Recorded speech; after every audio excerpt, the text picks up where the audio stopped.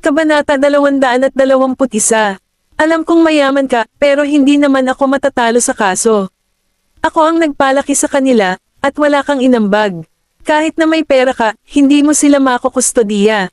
Gusto kong sabihin ito sa iyo, ngunit bigla na lang inagaw ni Dana ang mga bata, kaya hindi ako nagkaroon ng pagkakataon na gawin iyon. Isa pa, ang mga bata ay patuloy na nag-uudyok sa akin, kaya inalis ko sila. Mabilis na ipinaliwanag ni Erisa ang sitwasyon kay Benjamin.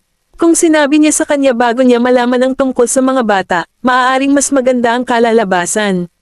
Gayunpaman, sa oras na iyon, hindi pa rin niya maisip ang relasyon nila ni Dana, kaya hindi siya naglakas loob na makipagsapalaran. Natatakot siya na hindi lamang niya mabaygo ang pakikitungo kay Dana, kundi pati ang 4 na anak ay mawala sa kanya. Ngumisi si Benjamin. Ang mga bata ang nag-udyok sa iyo na magtago sa akin. Uminit ang ulo ni Erisa dahil hindi niya magawang palabesan ang hindi mahuhulaan na lalaki. Sinaktan mo si Gavin, kaya tumanggi siyang manatili. Mas inaalala mo si Dana kaysa sa kanya, at disappointed siya sa iyo dahil doon. Masungit na mukha, umungol si Benjamin, na ipaliwanag ko na sa kanya. Maya-maya, nagpakawala siya ng mahabang buntong hininga. Nagpaliwanag ka rin ba sa kanya ng ganyang galit na mukha? Bata pa siya, sa tingin ko kailangan mo siyang makipag-usap ng maayos. Sinaman niya ito ng tingin, at tumigil ito sa pagsasalita. Nasabi na niya ang dapat sabihin, at hindi niya makontrol ang gusto nitong gawin. Sigurado ka bang ibibigay mo sa akin ang 4 pang anak? Bigla niyang tanong. Tinitigan siya ni Erisa na medyo natigilan. Kasunod nito, sumili ang isang mapait na ngiti sa kanyang mukha.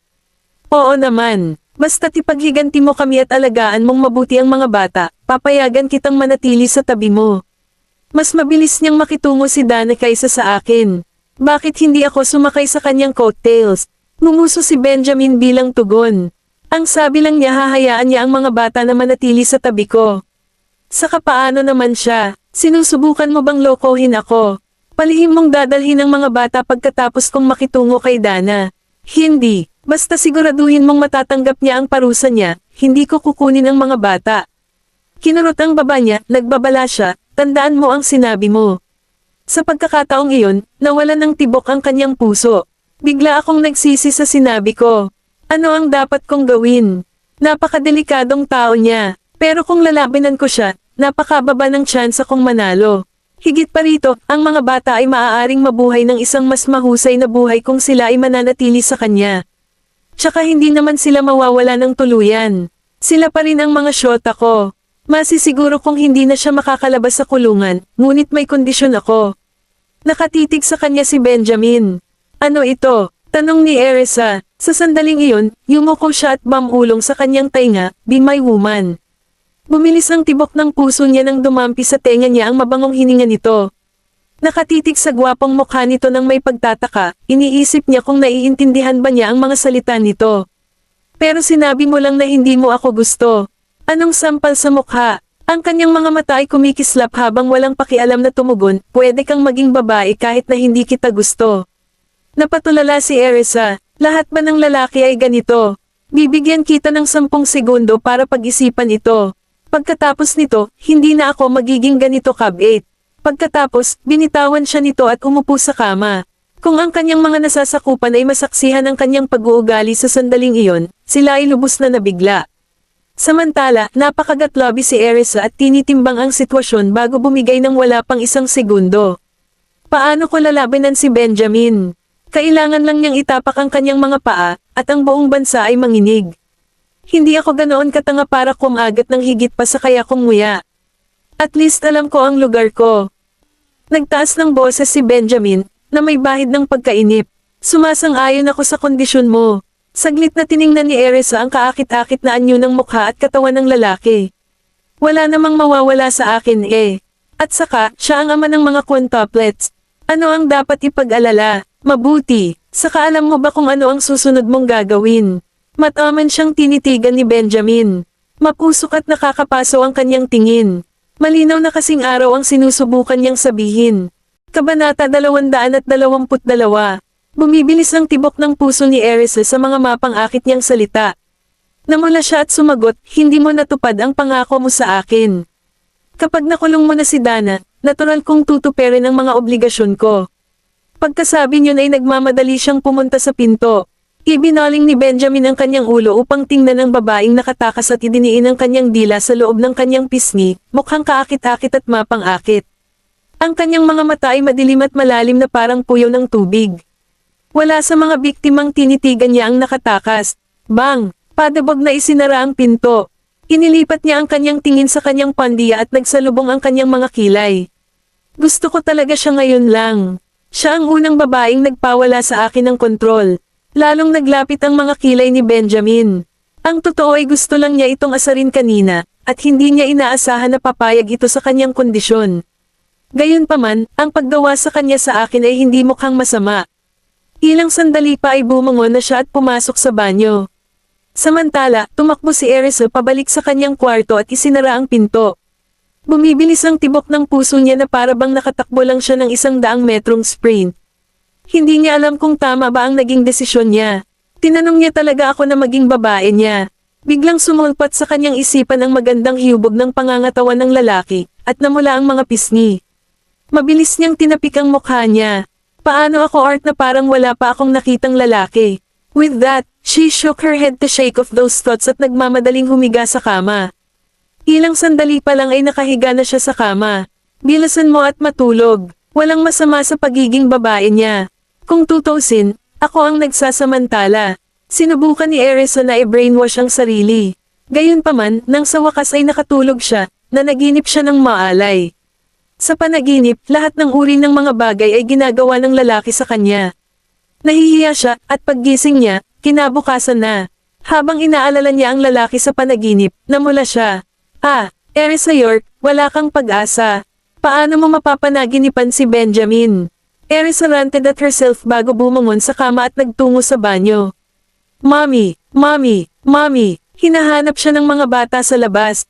Nang marinig iyon, iniangat niya ang kanyang ulo at sumigaw ng, "Sweethearts, please wait a minute." Kasunod nito, nagmamadali siyang buksan ang pinto. Nakatayo sa pintuan ang mga quintuplet. Nang makita siya, ngumiti sila at binati siya. Magandang umaga, mommy. Morning, sweethearts. Nag-toothbrush pa rin si Erisa. Naligo na ba kayong lahat? Oo, mariing tumango si Jessie. Mommy, naligo na tayong lahat. Mahimbing na ang tulog ng mga bata pagbalik nila kagabi. Nang magising sila at nalaman nilang nakatulog sila ng hindi naligo, agad silang naligo. Mabango silang lahat pagkatapos maligo. Ginulo ni Erisa ang kanilang buhok at sinabing, "Sandali. Malapit na akong maging handa. Mommy, bilisan mo. Hinihintay ka naming sabay na mag-almusal," nakangiting sabi ni Gavin. Sa sumunod na sandali, inakay niya ang mga nakababatang kapatid sa kwarto ni Erisa at umupo sa gilid para hintayin ito. Binigyan sila ni Erisa ng isang matingkad na ngiti at pumasok sa banyo. Napakalaki dito. Tumakbo si Oliver sa bintana at tumingin sa garden sa labas. Maya-maya, nasagasaan din si Jessie. Wow, napakaganda ng lugar na ito. Ang daming bulaklak sa labas ng kwarto ni Mommy. Nang marinig iyon, lumapit sina Zachary at Jasper para samahan ang kanilang mga kapatid. Maya-maya lang ay dumating si Benjamin. Nang makita siya ni Gavin, agad siyang bumangon sa kama at tumakbo sa balcony para tingnan ang mga tanawin kasama ang iba. Sinulyapan ni Benjamin ang 5 bata bago niya sinilip ang silid. Nang marinig niya ang lagaslas ng tubig mula sa banyo, alam niyang nasa loob si Erisa. Pagkatapos, naglakad siya patungo sa balkonahe at tumayo sa likuran ng mga bata. Nakatulog ka ba ng maayos kagabi? Sunod-sunod na tumingin sa kanya si Zachary at ang iba pa. Hindi masama, cool nilang sagot. Sa katunayan, mahimbing ang tulog nila noong nakaraang gabi. Napaka-komportable ng higa ni Gavin. Mabilis na tumingin si Benjamin sa kanila at nagtanong, "Gusto mo bang makisama sa kwarto ni Gavin at magkahiwalay na lang ng kwarto kapag matanda na kayo? O gusto mo bang kumuha ng sarili mong kwarto ngayon?" Nagpalitan ng tingin ang 5 dahil palagi silang magkasama sa pagtulog. Kabanata 223. Okay lang ako sa alinmang pagpipilian, ikaw naman. Napatingin si Gavin sa mga nakababatang kapatid. Sa totoo lang, gustong-gusto niyang makasama ang mga ito, ngunit wala siyang pakialam kung gusto nilang magkaroon ng sariling silid. Palagi kaming magkasamang natutulog, sagot ni Zachary. Sa isang iglap, tumango sina Oliver at Jasper bilang pagsang-ayon. Hindi pa tayo naghiwalay. Gusto kong matulog kasama si Gavin. Niyakap ni Jessie ang braso ni Gavin at nakangiting tumingin sa kanya. Namula si Gavin at masuyong ngumiti. Gusto ko rin makasama si Jessie. Sa pagtingin sa 5 bata, nagpa siya si Benjamin, okay, kung gayon kayong 4 ay mananatili kay Gavin sa ngayon. Isinasaayos pa ang silid para sa 4 na nakababatang bata, kaya mas maginhawa kung titira sila kay Gavin. Okay, tumango si Zachary, at pumayag din ang 3 pang bata. Hayaan mo akong magpakita sa iyo, mungkahi ni Benjamin. Sa kasamaang palad, tinanggihan ng mga bata ang kanyang alok. Gusto naming hintayin si Mommy. Sabay-sabay nilang sagot, tumango si Benjamin bilang pagkilala at pumasok sa silid. Paglabas ni Erisa sa banyo ay sinalubong niya ang mga mata ng lalaki. Agad niyang iniwasan ang eye contact sa kanya. Sa sandaling iyon, sumagi sa kanyang isipan ang eksena sa kanyang panaginip, dahilan para mamula ang kanyang pisngi. Nang makita iyon, itinaas ni Benjamin ang kanyang kilay, at nagdilim ang kanyang tingin. Napaka-attractive niya kapag nahihiya siya. Kahit walang makeup, kasing pink ng peach blossom ang mukha niya. Bakit ka namumula? Tinitigan siya nito ng nanunuyong mga mata. Bumilis ang tibok ng puso niya, at awkward siyang ngumiti. Ako ba? Baka masyadong mainit yung tubig na panghugas ng mukha ko. Pagkatapos noon, nagkasala siyang umalis para kunin ang kanyang damit at nagbihis sa banyo. Pagkalabas niya pagkaraan ng ilang sandali ay wala na si Benjamin sa kanyang silid. Sweethearts, tapos na ako. Bumaba na tayo para mag-almusal. Kaagad, 5 maliliit na bata ang tumakbo papunta sa kanya mula sa balkonahe. Mommy, niyakap sila ni Erisa at hinalikan ng bawat mukha nila bago sila ibinaba.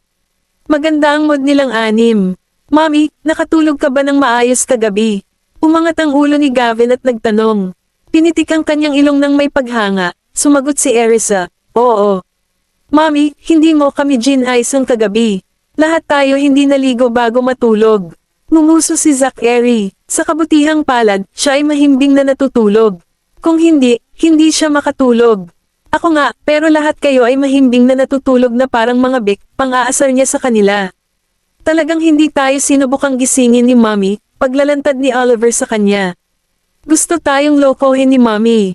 Tumango si Jasper. Bata, sinipa mo ang daddy mo kagabi nang sinubukan niyang habulin ang pantalon mo. Siya ba? Napaisip si Jasper. Mommy, paano naman ako? Tinanggal din ba ni daddy ang pantalon ko? Nagulat si Jessie, at namula ang maliit niyang mukha. Ang sa iyo ay kinuha ko. Kinurot ni Erisa ang mukha ng anak. Bilang tugon, masayang ngumisi si Jessie. Buti na lang. Kung hindi, mahihiya ako. Mommy, pinag-usapan ba kayo ni Benjamin kagabi? Nag-alala si Zachary tungkol doon. Pinunasan ni Erisa ang kanyang ilong at sumagot, oo. Kinausap ko na siya. Maayos na ang lahat ngayon. Mommy, anong pinag-usapan niyo? Kumunat ang noo ni Gavin. Nang makitang may pagtatangi pa rin si Gavin kay Benjamin, yumuko siya at hinawakan ang mga balikat nito. Sinabi ko sa kanya na kung ikukulong niya si Dana, dito kami titira, at pumayag siya. Nakatitig sa kanya si Gavin. Pumayag ba talaga siya, nang walang anumang kondisyon? Gaya ng inaasahan sa kanyang anak na lumaki sa tabi ni Benjamin, kilalang kilala niya ang huli. Napangiti siya, sumagot siya, hindi. Paano ko? Sasabihin sa mga bata ang kalagayan ni Benjamin. Sobrang nakakahiya. Sweetheart, since nangako siya sa akin, ibig sabihin wala na siyang pakialam kay Dana. Mahal na mahal ka pa rin niya. Gayunpaman, ngumuso lang si Gavin at ngumuso. Hinaplos ni Erisa ang kanyang ulo. Kabanata 224. Mommy, wala ka, pero nakita naming lahat yung ekspresyon niya nung hawak niya si Dana. Mukhang wala siyang pakialam sa kanya, hindi napigil ang magreklamo ni Jasper kay Erisa. Kailan ito? Hindi alam ni Erisa ang tungkol doon. Noong nasangkot si Dana sa isang car accident, pumunta siya sa eksena. Naging malungkot ang ekspresyon ni Zachary. Obvious naman na natatakot siya na mamatay siya. Siguradong nagmamalasakit siya sa kanya. Hindi kami bulag. Sa sandaling iyon, naunawaan ni Erisa kung bakit ayaw ng mga bata kay Benjamin, lalo na kay Gavin. Siguradong nalungkot siya nang makita niyang ginagawa iyon ni Benjamin. Lahat kayo ay nasa eksena sa oras na iyon. Nagpaut ang mga quintuplet sa tanong niya. Naglakbay ang tingin ni Erisa sa kanilang 5 habang hinihintay ang sagot ng mga ito. Mommy, nagawa ko na. Ibinaba ni Gavin ang kanyang ulo at inamin, I asked someone to bump into that woman. Hindi na kailangang sabihin, siya ay naguguluhan dahil hindi niya akalain na ang utak sa likod ng aksidente ay ang kanyang anak. Kapag nalaman ito ni Dana, hinding-hindi niya pababayaan si Gavin. Sweetheart, huwag kang gagawa ng ganito in the future. Hayaan mo ang mga matatanda. Dahil sa gulat ay niyakap ni Erisa ang anak at inalo ito. Ayaw niyang magtanim ng sama ng loob ang mga bata dahil hindi ito nakabubuti sa kanilang mental health. Hinalikan niya ang kanyang noo, nakahinga siya ng maluwag na hindi namatay si Dana. Hindi maisip ni Erisa kung paano ang magiging buhay ni Gavin kung mamatay si Dana dahil sa kanya. Mommy, huwag kang mag-alala. Hiniling ko lang sa kanila na turuan siya ng leksyon. I never intended to kill her, paliwanag ni Gavin, kahit na ayaw niyang mabuhay ang babaeng iyon. Niyakap siya nito, gamaan ang pakiramdam. Sweetheart, tama ang ginawa mo. Okay lang naturuan ng leksyon ang mga masasamang tao, pero hindi natin kayang kunin ang buhay ng ibang tao. Ayokong maging mamamatay tao ang sinuman sa inyo. Hindi karapat-dapat na sirain ang iyong buhay para sa gayong tao. Huwag mo nang gawin iyon, okay? Hindi niya inaasahan na makakahanap ang kanyang anak ng taong makakabangga ni Dana ng sasakyan. Siguradong galit na galit siya kay Dana. Alam kong mali ako, Mommy. Tumango si Gavin habang tinatanggap ang lahat ng sinabi ni Erisa. Hindi ka nagkakamali, at hindi kita sinisisi kundi nag-aalala sa iyo. Kapag nalaman ito ni Dana, mas malalagay ka sa panganib. Ayokong mawala ka ulit. Malinaw na paliwanag ni Erisa kay Gavin para hindi ito mabigat sa isip niya. Niyakap siya ni Gavin pabalik, naamoy niya ang bango ng kanyang katawan. Nakangiti ang gilid ng lobby niya. Alam ko, mahal na mahal ako ni Mommy. Hinaplos ni Erisa ang kanyang ulo, inilipat ni Erisa ang kanyang tingin kay Zachary. The latter flinched and uttered, Mommy, I took part in the plan to. Ngunit hindi alam ng iba ang tungkol dito. Nalaman lang nila ang tungkol dito pagkatapos ng nangyari. Mamantong hininga si Erisa. In the future, huwag na kayong gumawa ng mga ganito. Baka masira ang buhay mo dahil dito. Naiintindihan ko na ngayon. Tumango si Zachary. Binigyan niya ng kausap ang mga bata bago sila ibinaba. Samantala, nasa hapagkainan na si Benjamin, nagbabasa ng dyaryo. Pagkatapos dalhin ng mga bata, tumingin si Erisa sa kanya at binati, Mr. Graham. Binigyan siya nito ng isang sulyap sa gilid at sumagot, maupo ka. Tumango-tango si Erisa sa mga bata. Nang maupo na rin siya, itinuro ni Benjamin, maupo ka rito. Tinuro niya ang upuan sa tapat ng mga bata. Nang makasalubong niya ang tingin nito, hindi niya maiwasang isipin ang panaginip niya kagabi at iniwas niya ang tingin sa kahihiyan. Naintriga si Benjamin sa kanyang reaksyon. Bakit niya ako iniiwasan? O nahihiya siyang tumingin sa akin? Isang malademonyong ngiti ang sumilay sa kanyang mukha. Dahil sa pananakot sa kanya, umupo si Erisa sa tapat ng mga bata, isang upuan ang layo sa kanya. Nakakatakot ba ako? Ha? Nagulat si Erisa. Sinaman siya ng tingin ni Benjamin at inutusan si Edwin na ihain ng almusal. Nagpalipat-lipat ang tingin ng mga quintuplet sa pagitan ni na Benjamin at Erisa. Sobrang pula ng mukha ni Mommy. Kabanata 225. Pagsalubong sa kumikinang na mga mata ng mga bata, ngumiti si Erisa ng alanganin. Miss York, mangyaring e-enjoy ang iyong almusal. Mas naging masigasig si Edwin kaysa kanina. Maraming masasarap na pagkain sa harap ni Erisa at ng mga bata. Salamat Edwin, magalang nasabi ni Erisa. Napaatras si Edwin at tumabi. Ang kanyang mga mata ay nakatuon sa 5 bata, at isang malawak na ngiti ang lumitaw sa kanyang mukha. Biglang nagkaroon ng 4 na anak si Mr. Graham. Magiging masigla ang bahay sa hinaharap kasama ang maraming bata. Kumain ka na ng agahan mo, sabi ni Benjamin. Saka lang nagsimulang kumain si Erisa at ang mga bata. Bukod kay Gavin na nakasubok sa pagkain ni Edwin, ang 4 pang bata ay lahat ay namangha sa sarap nito. Bagamat saglit na nanirahan doon si Jasper, hindi pa siya nagsasawa sa pagkain. Ito ay masarap. Si Jessie ay patuloy na naglalagay ng pagkain sa kanyang bibig. Kumain siya tulad ng isang maliit na hamster, mukhang napaka-cute na ang iba ay hindi maalis ang tingin sa kanya. Bata, gusto mo ba ang pancake? Nang makitang nagustuhan niya ito, binigyan siya ni Edwin ng isa pang serving. Humajajek sina Erisa, Gavin, Zachary, Oliver, at Jasper nang marinig iyon. Kahit nalilito si Edwin ay ngumiti din siya. Anong mali? Hindi maintindihan ni Benjamin kung bakit sila tumatawa, kaya tumingin siya. Wala lang. Dahil nandoon si Benjamin, hindi na ipinaliwanag ni Erisa kay Edwin ang dahilan. Hahayaan ko na lang silang kunin si Jessie bilang isang bata.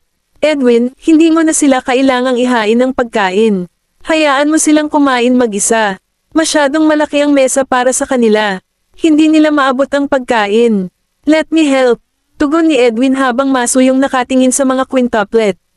Ang iba pang mga katulong ay namangharin sa ganda ng mga quintuplet. Lahat sila ay labas na nagustuhan si Gavin, kaya natuwa silang magkaroon ng 4 pang anak na kaibig-ibig gaya niya na sumapi sa pamilya. Nang magkakasama na ang mga quintuplet, walang makaiwas ng tingin sa kanila. Ang mga ito ay napaka-cute at mahalaga na ang lahat ay nais lamang nabigyan sila ng pinakamahusay na mga bagay upang pasayahin sila. Pinagmamasdan ni Erisa si Edwin na inaalagaan ng mga bata at walang sinabi, tahimik na kumakain ng kanyang almusal. Si Zachary, Oliver, Jasper, at Jesse. Sa susunod, sabihin mo kay Edwin kung ano ang gusto mong kainin at ipagluto kanya, wika ni Benjamin. Okay, tumango naman ang 4 at nagpatuloy sa pagkain. Si Gavin ba ang panganay? Tanong ni Edwin. Tumango si Erisa. Oo, si Gavin ang panganay. Si Zachary ang pangalawa sa panganay. Habang ipinakilala niya ang mga bata sa kanya, sinubukan niyang alalahanin ang kanilang mga pangalan at makilala ang mga ito. Dahil doon lumaki si Gavin, mas naging pamilyar sa kanya si Edwin. Ang iba pang mga bata ay may kanya-kanyang kakaibang katangian, kaya't madali silang paghiwalayin pagkatapos ng ilang oras na magkasama. Hi, Mr. Whitley, kinindatan ni Jasper si Edwin. Nagkita na tayo dati. Ha, natigilan ang huli. Pagtingin niya sa nakangiting mukha ni Jasper, naramdaman niyang kamukha ito ni Gavin kanina. Kanina pa ako pumunta dito. Nakalimutan mo na ba? Hayaan mong sabihin ko sa iyo ang isang sekreto. Hindi si Gavin iyon kundi ako ang nagpapanggap bilang siya. Malakas na nagsalita si Jasper kaya narinig ng lahat. Nagulat si Edwin at napatingin kay Benjamin. Mr. Graham, totoo ba iyon? Oo, bahagyang tumango si Benjamin. Samantala, napangiti si Erisa nang makitang niloloko rin si Edwin ng kanyang anak. Kung hindi umamin ang mga ito sa kanya, hindi niya malalaman na nagpalitan ng pagkakakilanlan ng 2 bata. Magkamukha kayong lahat. Ang hirap i-differentiate sa isang sulyap, remarked Edwin. Kusa naming itinago ang aming mga pagkakakilanlan, kaya syempre hindi mo ito napansin. Saglit na tumingin si Gavin kay Edwin. Oo, tama ka. Ngumiti ng matamis ang huli. Ipinagmamalaki ni Erisa ang kanyang matatalinong anak. Bigla na lang siyang nakaramdam ng nagniningas na tingin. Sure enough, nilinggan niya ang paligid at sinalubong niya ang nagbabagang titig ng lalaki. Kumurap-kurap, mabilis niyang iniwasan ang pakikipag-eye contact sa kanya. Tinitigan siya ni Benjamin saglit bago siya nagtanong, nakatulog ka ba ng maayos kagabi? Ubo, nang marinig niya ang tanong nito, nabulunan siya at ibinaling ang ulo sa gilid para mabawasan ang kanyang paghinga. Kabanata 226. Hindi masama, sagot ni Erisa na may kalmadong ekspresyon. Manam, tumango si Benjamin at wala nang ibang sinabi. Naging maayos ang mga bagay habang nag-aalmusal. Hindi nagtagal, natapos na silang kumain, at oras na para sa kanilang dalawa na ipaaral ang kanilang mga anak. Sinubukan ni Zachary ang kanyang kapalaran upang maantala ang pagpasok sa paaralan. Mommy, Friday na ngayon. Hindi ba tayo pwede next week? Sobrang boring ng school. Nagdadasal si Zachary na makatakas siya sa paaralan. Nang titigan siya ni Erisa sa kanyang mga mata, ngumiti siya at sinabing, Mommy, pwede bang hindi na tayo pumasok ngayon? Talagang hindi. Naglalaway ka nitong mga nakaraang araw. Matigas na sabi niya at tumingin sa kanilang 5. 2 araw na lang. Tumawa si Oliver. Oo, Mommy, hindi kami pumasok sa school noong nagpunta kami sa village noong isang araw. Pwede ba tayong magpahinga ng isang araw pa? Sinubukan din kumbansihin ni Jasper si Erisa. Hindi. Iyon ay isang espesyal na kaso. Siguraduhing humingi ka ng tawad sa mga guro kapag nasa paaralan ka mamaya, okay? Nag-alala ang lahat sa iyo nang lumabas ka. Ilang oras na lang ang pasok ngayon, at makakapagpahinga ka na kapag weekend. Sabi niya sabay sundot sa noo ni Jesse. Nang makitang hindi umubra ang kanilang mga protesta, sumunod sila at pumasok sa paaralan. Sa sandaling huminto ang kanilang sinasakyan sa pasukan, tinulungan ni Erisa ang mga bata sa loob ng kotse. Gagawin ko. Isa-isa silang binuhat ni Benjamin sa kotse. Pero, ayaw buhatin ni Gavin kaya mag-isa siyang sumakay sa kotse bago pa siya maabyutan ni Benjamin. Tumingin sandali si Benjamin kay Gavin at sinabing, isuot mo ang iyong mga seatbelt. Isinara niya ang pinto matapos ay buckling si Jasper dahil nakaupo ang huli sa pinakamalapit sa pinto. Bilisan mo at pumasok ka, sabi ni Benjamin kay Erisa habang binubuksan ang pinto ng passenger seat. Saglit siyang tumingin sa akin at pumasok. Nang sumandal si Benjamin para tulungan siyang magsuot ng seatbelt, napabuntong hininga si Erisa at napaatras. Ang mga mata ni Benjamin ay kumikinang na may katanji tanging kinang habang nakatingin sa kanya. Napakurap siya at tumingin sa ibang lugar.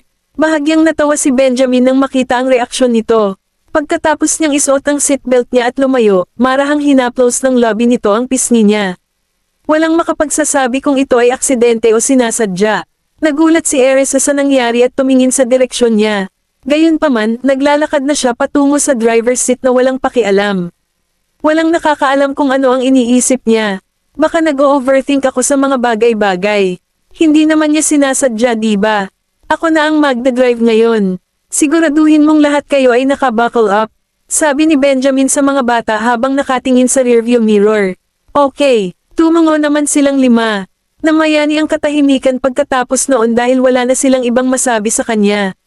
Nilhinggan ni Erisa ang kanilang 5 na nakasuot ng mag-araang uniforme, at hindi niya mapigilan ang sarili na mapangiti. Nanatili ang tingin ni Benjamin sa nakangiti nitong mukha, at ang tanawing iyon ay nagdulot ng mga alon sa kanyang puso. Ang ganda niya pag nakangiti. Ngumiti sa kanya ang mga bata bilang tugon. Mommy, bakit ka nakangiti? Tanong ni Jessie habang matamang nakatingin sa kanya. Ipinagmamalaki ko na magkaroon ng napakaraming gwapo at masungit na syota. Napaawang ang lobby ni Zachary matapos masulyapan ang love-struck na ekspresyon ni Erisa. Mommy, hindi ka ba magsasawa sa itsura namin kapag nakikita mo kami araw-araw? Pang-aasar ni Jasper. Hindi ako masasagot nito. Masayang sagot ni Erisa. Siya ay hindi kailanman naging mas masaya. Mommy, sasakit ang leeg mo kapag hindi ka umupo ng maayos. Kung gusto mo kaming tignan, you can look all you want after we get home, sabi ni Gavin habang namumula. Okay, ngumiti ng buong pagmamahal si Erisa at bumalik sa daan. Nang magtama ang mga mata ni Benjamin, hindi niya maiwasang mapahiya. Ano pang hinihintay mo? Magmaneho, sabi niya. Tumalikod na lang siya at nagsimulang magmaneho matapos itong sikuhin. Nang makarating na sila sa school, naglakad sila Erisa at Benjamin papunta sa gate kasama silang 5. Mr. William, pasensya na po. Dapat hindi na lang kita kinausap ng ganyan last time. Tumalon ako sa mga conclusion bago malaman kung ano ang nangyayari. I'm so sorry for the trouble that they've caused for sneak out from school, paumanhin ni Erisa. Kabanata 227. Huwag kang mag-alala tungkol dito. Pananagutan din namin ang anumang nangyayari sa kanila kapag nasa paaralan sila. Nagkakamali kami dahil hindi kami naging maingat sa kung sino ang pinapasok namin sa school grounds. Natutuwa akong natagpuan mo sila ng ligtas, sabi ni Robert. Nang makita niya si Benjamin, nagpatuloy siya, Mr. Graham, pagbutihin namin ang aming mga hakbang sa seguridad upang matiyak ang kaligtasan ng lahat ng mga mag-aaral sa hinaharap. Manam, saglit na tumango si Benjamin. Gayunpaman, may ilang mga bagay na kailangan pang sabihin. Siguraduhin mong dagdagan ang bilang ng mga gwardya upang panoorin ang mga surveillance camera sa lahat ng oras. Pangalawa, pigilin ang sinumang hindi kakilala na pumasok sa bakuran ng paaralan. At saka, siguraduhin mong suriing mabuti ang lahat ng background ng iyong magiging empleyado bago sila kunin, patuloy niya. Yes, Mr. Graham, sagot ni Robert at huminga ng malalim pagkatapos silang tignan. Thank God hindi ako masyadong sinisi ni Mr. Graham dito. Mr. William, pasensya na po. Hindi dapat kami umalis ng mag-isa nang hindi sinasabi sa iyo. Nanguna si Gavin para humingi ng tawad kay Robert. Tinapik ni Robert ang kanyang ulo at sinabing, ayos lang. Ligtas ka na ngayon. Iyon ang mahalaga. Mr. William, kasalanan namin. Ikinalulungkot namin. Pasensya na. Nagkamali tayo. Si Zachary ay time na humingi ng tawad sa bayuko. Paumanhin, Mr. William. Hindi na natin uulitin. Hindi napigilan ni Robert ang sarili na pagsabihan ng mga bata dahil nagustuhan na niya ang mga ito simula pa noong araw na nakilala niya sila. Sige, pinatawad ka na. Tumakbo kayo ngayon, ginulo ni Robert ang kanilang buhok. Okay, sabay silang nagtawanan at masayang binigay ang ilang pagkain nila kay Robert. Mr. William, ito ang aming munting paghingi ng tawad. Mangyaring tanggapin ito. Masyado kang mabait, nagulat si Robert. Go on now. Nakangiting sabi ni Erisa. Bye, Mommy, sabi nila habang kamakaway ng kamay. Bago sila pumasok ay sinulyapan nila si Benjamin. Kumunat ang noo ni Robert nang mapagtantong niyang walang sinabi ang mga bata kay Benjamin. Mr. Graham, aalagaan namin silang mabuti. Tumango si Benjamin bilang sagot at umalis na pagkatapos hawakan ang kamay ni Erisa. Bye, Mr. William, sabi niya at nagmamadaling umalis kasama si Benjamin. Halos lahat ng magulang na naghahatid ng kanilang mga anak sa gate ng paaralan ay nakatingin sa kanila. Gayunpaman, tila walang nakakakilala sa kanya dahil bihira siyang lumabas sa media. Hindi man alam ng mga magulang kung sino sina Benjamin at Erisa, hindi nila napigil ang mapatingin sa magandang mag-asawa. Hindi nakakagulat na ang mga quintuplet ay ipinanganak na may magandang hitsura. Get in, sumenyas si Benjamin kay Erisa nang makarating sila sa kanyang sasakyan. Nang maisuot na niya ang kanyang seatbelt, pumunta siya sa driver's seat at umalis. Pupunta ba tayo sa opisina? Tanong ni Erisa. Sinulyapan siya ni Benjamin sa pamamagitan ng rearview mirror. Ikaw, consider ko na nag-apply ka ng leave bago ang iyong 2 araw na pagliban. Kung mangyari ulit ito, babayaran kita ayon sa kontrata. Hihihi, espesyal na sitwasyon iyon. Hindi na mauulit. Ngumisi lang si Erisa. Magkano ang kailangan kong bayaran para doon pa rin? Hindi na masyadong inisip ni Erisa ang seksyong iyon nang dumaan siya sa kontrata. Biglang inihintol ni Benjamin ang kanyang sasakyan sa gilid ng kalsada at tumingin sa kanya. Ano? Tanong ni Erisa. Nagulat siya doon. Remember what you said, Erisa? Anito habang nakatingin sa mga mata nito. Oo naman. Tumango siya. Napakagaling. Kung sinira mo ang iyong pangako, mas mabuting handa kang harapin ang kahihinatnan. Nakataas ang kilay nitong sabi habang nakatitig sa kanya. Nakahinga ng maluwag si Erisa matapos itong tumigil sa pagtitig sa kanya at nagpatuloy sa pagmamaneho. Nang magkahawak kamay silang dalawa sa kumpanya, nagulat ang mga security guard at receptionist. Nakalimutan pa nilang batiin si Benjamin gaya ng lagi nilang ginagawa. Samantala, napahiya naman si Erisa kaya sinubukan niyang kumawala sa pagkakahawak nito. Mr. Graham, anong ginagawa mo? You have a reputation to uphold, paalala nito sa kanya sa malambing na boses. Ano, wala akong sinabi, nagrereklamo ka pa. O nagsinungaling ka noong nangako kang magiging babae ka. Sagot ni Benjamin habang nakatingin sa kanya. Napaawang ang bibig ni Erisa bilang tugon sa kanyang panunuya. Hindi ba ikaw ang nagsabi na hindi ka magiging interesado sa akin ilang araw lang ang nakalipas? Yet, you're holding my hand as if to let everyone know I'm your woman now. Hindi ka ba nahihiya sa lahat? Kabanata 228. Lihim mo ba akong sinisiraan? Tanong ni Benjamin habang iniipit siya sa dingding nang makapasok sila sa elevator. Namula ang mukha ni Erisa nang maramdaman ang hininga nito at init ng katawan mula sa mapang-akit na tindig. Siyempre hindi. Ibibigay ko lang sa iyo ang aking pinakamahusay na papuri. Napakagwapo mo, mabait, at pinakamagaling na gentleman sa mundo. To be honest, matagal na kitang hinahangaan. So, paano kita masasabing masama kung nasa harap ko ka lang?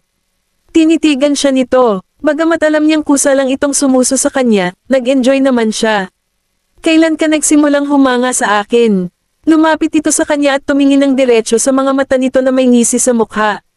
Nagsimulang bumilis ang tibok ng puso niya nang maalala niya ang napanaginipan niya kagabi. Buong lakas, tinulak siya nito at tinapik-tapik ang mukha. Pinanliitan siya ni Benjamin hanggang sa mapansin niya ang pamumula ng tenga nito. Anong problema? Tanong niya habang hinahawakan ang earlobe niya gamit ang mahahabang daliri. The moment his fingers made contact with her earlobe, isang alon ng panginginig ang dumaan sa katawan niya, at pumikit siya habang tinatakpan ang tenga niya. Wala lang, she blurted out with a awkward smile. Diyos ko, kapag nalaman niya ang panaginip ko kagabi, siguradong iisipin niyang pervert ako. Bakit ko pa napanaginipan iyon? Sobrang nakakahiya. Bumigay si Benjamin sa kanyang earlobe at pinaglaruan ang kanyang buhok. Naglalaro ka ba ng hard to get ngayon? Tanong niya sa malalim at mapang-akit na boses. Muling umawang ang bibig ni Erisa at pinandilatan siya. Ha, as if naman. Sagot niya. Napakunot ang kanyang noo, patuloy siyang nakatitig sa kanya na para bang tinitingnan niya ang kanyang kaluluwa. Bumilis ang tibok ng puso niya. O talaga, saka bakit ka lumayo? Hindi mo yata alam kung ano ang dapat mong gawin bilang babae ko. Ngumuso siya ng mahina. Lalong namula ang pamumula ni Erisa sa sinabi nito at sinaman siya ng tingin. Maaari mo bang ihinto ang pagpapaalala sa akin tungkol dito sa lahat ng oras? Damn it, papatunayan ko sa iyo na alam ko ang gagawin. Inabot niya ang kwelyo nito, hinayla siya palapit, at hinalikan. Pagkatapos ng halik, bumukas ang pinto ng elevator, at mabilis siyang lumabas. Sabay dampi ni Benjamin sa kanyang mga lobby gamit ang kanyang hinlalaki habang nakatingin sa tumatakas na si Erisa. Ang cute niya tingnan kapag nahihiya. Namalaya na lamang niya na nasa itaas na palapag na siya pagkatapos makalayo ng ilang hakbang palabas ng elevator. Bago siya tumalikod at nagmamadaling bumalik sa elevator para makarating sa kanyang sahig, hinawakan ni Benjamin ang kanyang mga palso. Ano? Tanong niya. May gusto akong pag-usapan sa iyo, sagot ni Benjamin habang hinihila siya papunta sa kanyang opisina. May bakas ng amusement sa kanyang mga mata. Bumigay si Erisa sa pagpupumiglas at sinundan siya sa kanyang opisina. Laking tuwa ni Benjamin nang makita ang papel sa kanyang mesa. Bagay na hiniling niya kay Ethan na ihanda kanina. Sign it, aniya habang ipinapasa ang papel kay Erisa. Ha, ano ito? Kinuha niya ang papel at nanlaki ang mga mata niya pagkatapos niyang makita ang laman ng papel. Hindi ko alam kung babalikan mo ang iyong salita, kaya kailangan kong magtago ng black and white na talaan, anito na may seryosong ekspresyon nang tumingin ito sa kanya. Ang tusong tao, napaawang muli ang kanyang bibig, at ipinagpatuloy niya ang pagbabasa sa nilalaman ng kontrata. May mga linya at linya ng mga bagay na kailangan niyang gawin bilang kanyang babae. Halimbawa, ang kontrata ay nakasaad, ikaw ay paglangkuran siya at tingnan ang kanyang mga pangangailangan 24/7. Kahit saan siya pumunta, pumunta ka. Ikaw ang namamahala sa paghahanda ng anumang nais niyang. Kainin at lahat ng may kaugnayan sa kanyang dieta. Kailangang nandyan ka sa tuwing tatawagan kanya at lutisin ang lahat ng kanyang mga pangangailangan. Mr. Graham, sigurado ka ba na ito ang dapat gawin ng iyong babae? Galit na tanong niya habang inaalog-alog ang papel sa ere. Hindi ito ang dapat gawin ng iyong babae. Katulad lang ng ginagawa ng isang utusan. Kahit saan siya pumunta, pupunta ako. Ew, grabe. Wala bang ibang ginagawa ang mga ganitong klaseng babae kundi ang pagsilbihan ng kanilang mga lalaki sa kama? Mabilis siyang umiling nang muling pumasok sa kanyang isipan ang sexing eksena. Ano, hindi mo kaya? Nagdilim ang tingin ni Benjamin matapos makita ang kakaibang reaksyon nito. Takot na sinulyapan siya ni Erisa nang marinig ang tono ng boses nito. Kung sasabihin ko bang hindi ko kaya, titigil ba siya sa pagtulong sa akin? Ngunit nakasaad dito na kailangan kong maghanda ng almusal para sa iyo araw-araw. May mga araw na gusto ko ring matulog. Reklamo niya. Sobra na yan. Umupo si Benjamin sa upuan niya sa opisina at lumubog doon. Nakalagay ang magkabilang kamay niya sa armrests, at tumingin siya sa kanya habang naglalabas ng aura ng dominasyon. Kabanata 229. Hindi ka ba nagluluto ng almusal para sa mga anak natin araw-araw? Ano ang pinagkaiba? Sambit niya. Nagnanga ang ngipin ni Erisa. Totoo iyon, ngunit wala ba siyang mga katulong na ipagluluto para sa kanya? At saka, mas maganda ang husay ni Edwin sa pagluluto kaysa sa akin. Talagang sinasadya ng taong ito. Kung gayon, paano ang isa na nagsasabing kailangan kitang sundan saan ka man pumunta? Anong inaasahan mo? Sa tingin mo dapat ba akong humanap ng ibang babae kapag nakuha na kita? Masungit na tanong niya habang nakataas ang kilay. Kumunat ang noo ni Erisa bilang tugon. Napakabastos. Kung wala nang iba, maaari mong pirmahan ang papel ngayon, sabi niya pagkatapos sumulyap sa kanya. Sa susunod na sandali, umupo siya ng tuwid at muling kinuha ang papel. Paano ang mga bagay na ipinangako mo sa akin? Tanong ni Erisa na nagngangalit ang mga ngipin para idiin ang bahagi niya sa deal. Kung pipirmahan mo ito, gagawin ko ang kailangan kong gawin, sabi niya habang iniangat ang kanyang ulo. How dare she question my words? Walang nang ahas na gawin iyon. Tumingin siya sa kanya saglit at sinabing, kung magsisinungaling ka sa akin, hindi kita bibitawan. Humajajek si Benjamin sa pang-aalipusta. May nakasulat sa huling linya, kung mabaigo ang Party B na may segowa ang mga nilalaman sa itaas, ang Party A ay magkakaroon ng karapatang parusahan ng Party B, at ang Party B ay sasagutin ang lahat ng kahihinatnan. Party B ako, ha? Well, ang mga gawain ay medyo madali, at wala itong binanggit tungkol sa kabayaran. Pagkatapos ng ilang segundong pagsasaalang-alang, kumuha siya ng panulat at pinirmahan ang papel. Pagkababa niya ng pluma, kinuha ni Benjamin ang isang stamp pad at inilagay sa tabi ng kamay niya. Stamp it, walang pakialam niyang sabi. Kumuyam ang ngipin ni Erisa at mariing idiniin ang stamp pad bago itinatak ang perpektong fingerprint sa papel. Tapos ka na ba ngayon? Pinandilatan siya nito. Pwede ba wag kang masyadong makulit? Masayang sagot niya habang kinukuha ang papel para tingnan iyon bago itago. Saan ka pupunta? Tanong ni Benjamin sa mahinang boses nang tumalikod na siya para umalis. Lumingon siya para tingnan siya. Babalik ako sa opisina ko. Saan pa kaya ako pupunta? Hindi mo naman ako hinihiling na magstay dito at manood ng trabaho mo, di ba? Wala akong pakialam kung gusto mong gawin iyon. Tinitigan siya nito ng mataman. Hindi, salamat, isip ko. Nanginginig siya at tumalikod para umalis. Hindi na siya pinigilan ni Benjamin sa pagkakataong ito. Nakataas ang mga labi niya habang nakatingin sa kasunduan sa kamay niya. Tingnan natin kung saan ka tatakbo sa susunod. Naglakad siya papunta sa kanyang safety deposit box at nilock ang kasunduan doon. Pagkatapos nito, pinagpatuloy niya ang pag-iikot sa iba pang mga dokumento. Nang makabalik si Erisa sa kanyang departamento, tuwang-tuwa ang kanyang mga kasamahan at pinuntahan siya upang kausapin. Miss York, sa wakas nakabalik ka na. Miss York, akala namin hindi ka nababalik. Ayos lang ba ang iyong mga anak, Miss York? Oo, ang galing nila. Absent ako sa trabaho dahil nakasama ko sila nitong mga nakaraang araw. I'm so sorry kung pinag-alala kita. Kumusta ang trabaho? May problema ka ba? Napangiti si Erisa. Naging maayos ang lahat maliban na binigyan kami ni Mr. Graham ng mga karagdagang gawain na dapat tapusin. Ang huling 2 araw ay parang pagpunta sa isang larangan ng digmaan. Ilang oras lang tayo natulog. 2 araw na akong walang tulog. Hindi ako mapupuyat ngayon kung wala akong kape. Nakiramay sa kanila si Erisa nang marinig niya ang kanilang mga reklamo at tingnan kung gaano sila pagod. Pareho ba ito sa ibang mga departamento? Hindi, sa amin ang pinaka-busy. Nagulat si Erisa, hindi kaya pinarusahan ni Benjamin ang IT department dahil sa akin. Sabihin mo sa akin, ano ang mga karagdagang gawain? Since I'm back, I'll do all I can help you. Para makauwi ka at makapagpahinga ng mas maaga, she said. Naging mas energetic ang lahat at sinimulang punan ang lahat ng namiss niya. Sa sandaling naunawaan niya ang buong larawan, muling itinalaga niya ang mga gawain at kumuha ng isang malaking bahagi para sa kanyang sarili. Pagkatapos noon, nagsimula na siyang magtrabaho. Samantala, sa opisina ng CEO, naroon si Benjamin kasama si Jonathan. Umupo ang huli sa harap ni Benjamin. Bakit mo ako pinatawag dito ngayon? Tanong niya habang humihigop ng kape. Kabanata 230.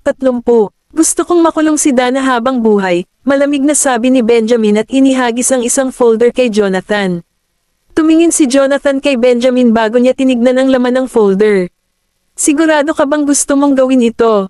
Nagulat si Jonathan. Ginagawa niya ito kay Dana. Ano sa tingin mo? Sinamon siya ng tingin ni Benjamin. Pinahid ni Jonathan ang kanyang kamay sa kanyang ilong. Narinig niya ang ginawa ni Dana kay Sean at sa iba pa. Well, she has really pushed Benjamin too far. Oh, balita ko nagtatrabaho ang mama ni Gavin sa kumpanya niyo. Dahil isa siya sa mga taong involved, I think it might be good for her to understand what was going on, he added. Sa totoo lang, medyo curious siya kay Erisa. Tinitigan ni Benjamin si Jonathan ng malamig na titig, at naramdaman ng huli na parang may yelong dumadaloy sa kanyang likuran. Kung mayroon kang anumang mga katanungan tungkol sa kaso, kailangan mo lamang na pumunta sa akin, malamig na sabi ni Benjamin sa kanya. Okay, titingnan ko itong mabuti, sagot ni Jonathan at sumuko sa kanyang pagtatangka na pumikit. Kung kailangan mo ng iba pang ebidensya, tanungin mo si Ethan, paalala ni Benjamin. Nakuha ko, seryosong tumango si Jonathan at lumabas ng kwarto. Pagkaalis ni Jonathan, pumasok si Ethan. Mr. Graham, hinahanap ka ng iyong ama. Saglit na tumango si Benjamin at kinuha ang phone niya na naka-silent mode. Tinignan niya ang notification at nakita niyang tinawagan talaga siya ni Darius kanina. Pagkatapos noon, tumayo siya sa kanyang kinauupuan, idinial ang numero ni Darius, at pumunta sa gilid ng bintana. Nakatayo siya sa tabi ng bintana habang nasa bulsa ang kamay habang nakatingin sa labas ng bintana. Benjamin, nahanap mo ba siya? Nagmamadaling tanong ni Darius. Oo, walang pakialam na sagot ni Benjamin. Nakauwi na ba si Gavin? Okay lang ba siya? Tanong ni Darius, papunta na siya sa Yaleview. Nasa school siya. Ayos naman siya. Inaalagaan siya ng mabuti ng mommy niya kaya safe siya, sagot ni Benjamin. Mas naging malumanay ang ekspresyon niya nang maisip niya si Erisa. Siya ay isang magandang ina. Ha, bakit kakauwi niya lang sa school? Dapat nagpapahinga siya sa bahay. Anong nagmamadali? Tanong ni Darius na may pagtataka na tono at sinimulang sawayin ng kaunti si Benjamin. Ilang araw na silang hindi pumapasok sa paaralan, sagot ni Benjamin. Gayunpaman, hindi ito namalaya ni Darius at hiniling sa kanyang driver na lumipat na lang ng kurso sa paaralan ni Gavin. Tay, huwag mo siyang gambalain sa paaralan, sabi ni Benjamin habang kinurot ang bahagi ng kanyang mga kilay gamit ang kanyang mga daliri. Nagawa lang namin silang pasukin sa paaralan pagkatapos ng matinding kahirapan kaninang umaga. Kung pupunta siya sa paaralan at ibalik sila sa kanyang lugar, tiyak na susundan siya ng mga ito pabalik. Ayos lang, sisilip ko lang siya ng konti. I promise not to bother him, paniniguro ni Darius sa kanya. Gusto niyang makita ang pinakamamahal niyang apo, kaya pinabilis niya ang kanyang driver pagkatapos niyang ibaba ang tawag. Matapos mag-isip ng ilang sandali, tinawagan ni Benjamin si Gavin para ipaalam na papunta na si Darius sa paaralan. Pero hindi sinagot ni Gavin ang tawag niya. Medyo lumungkot ang mukha ni Benjamin, at nagsimula siyang mag-type ng text para sabihin sa kanya. Nag-text siya, papasok si Lolo sa paaralan para makita kayong lahat. Nanlaki ang mga mata ni Gavin nang mabasa ang text ni Benjamin. Darating si Lolo. Sa sumunod na sandali, sinabi ni Gavin sa kanyang mga kapatid na lalaki at babae, malapit na tayong magkita ni Lolo. Lolo, magugustuhan niya ba tayo? Tanong ni Zachary, Oliver, Jasper, at Jessie habang kinakabahan silang nakatingin sa kanya. Kung gayon, ano ang dapat nating gawin? Tanong ni Jasper habang nakakunot ang noo. Ngumisi si Gavin. Huwag kang mag-alala, magugustuhan ka ni Lolo. Dahil nakatira kayo ni Mommy sa amin, siguradong makikilala niyo si Lolo balang araw, paniniguro niya. Well, totoo yan, sang-ayon ni Zachary, ngunit nag-aalala pa rin siya. Ano ang hitsura ni Lolo? Curious na tanong ni Jessie. Tahan na, may picture ako sa kanya sa phone ko. Kinuha ni Gavin ang phone niya at hinanap ang picture ni Darius. Nang mahanap niya ito, ipinakita niya sa kanila. Bago nakarating si Darius sa paaralan, hinampes siya ni Sean at Kingsley dito. The moment na nakita ni Sean at Kingsley silang lima ay agad silang na-win over sa kanilang cuteness. Inakbayan sila ni Sean habang dalawa naman si Kingsley. Parehong abala ang mga matatanda sa paghalik sa mga mukha ng mga bata habang ang mga bata ay sinubukan ang kanilang makakaya upang maiwasan ang mga halik.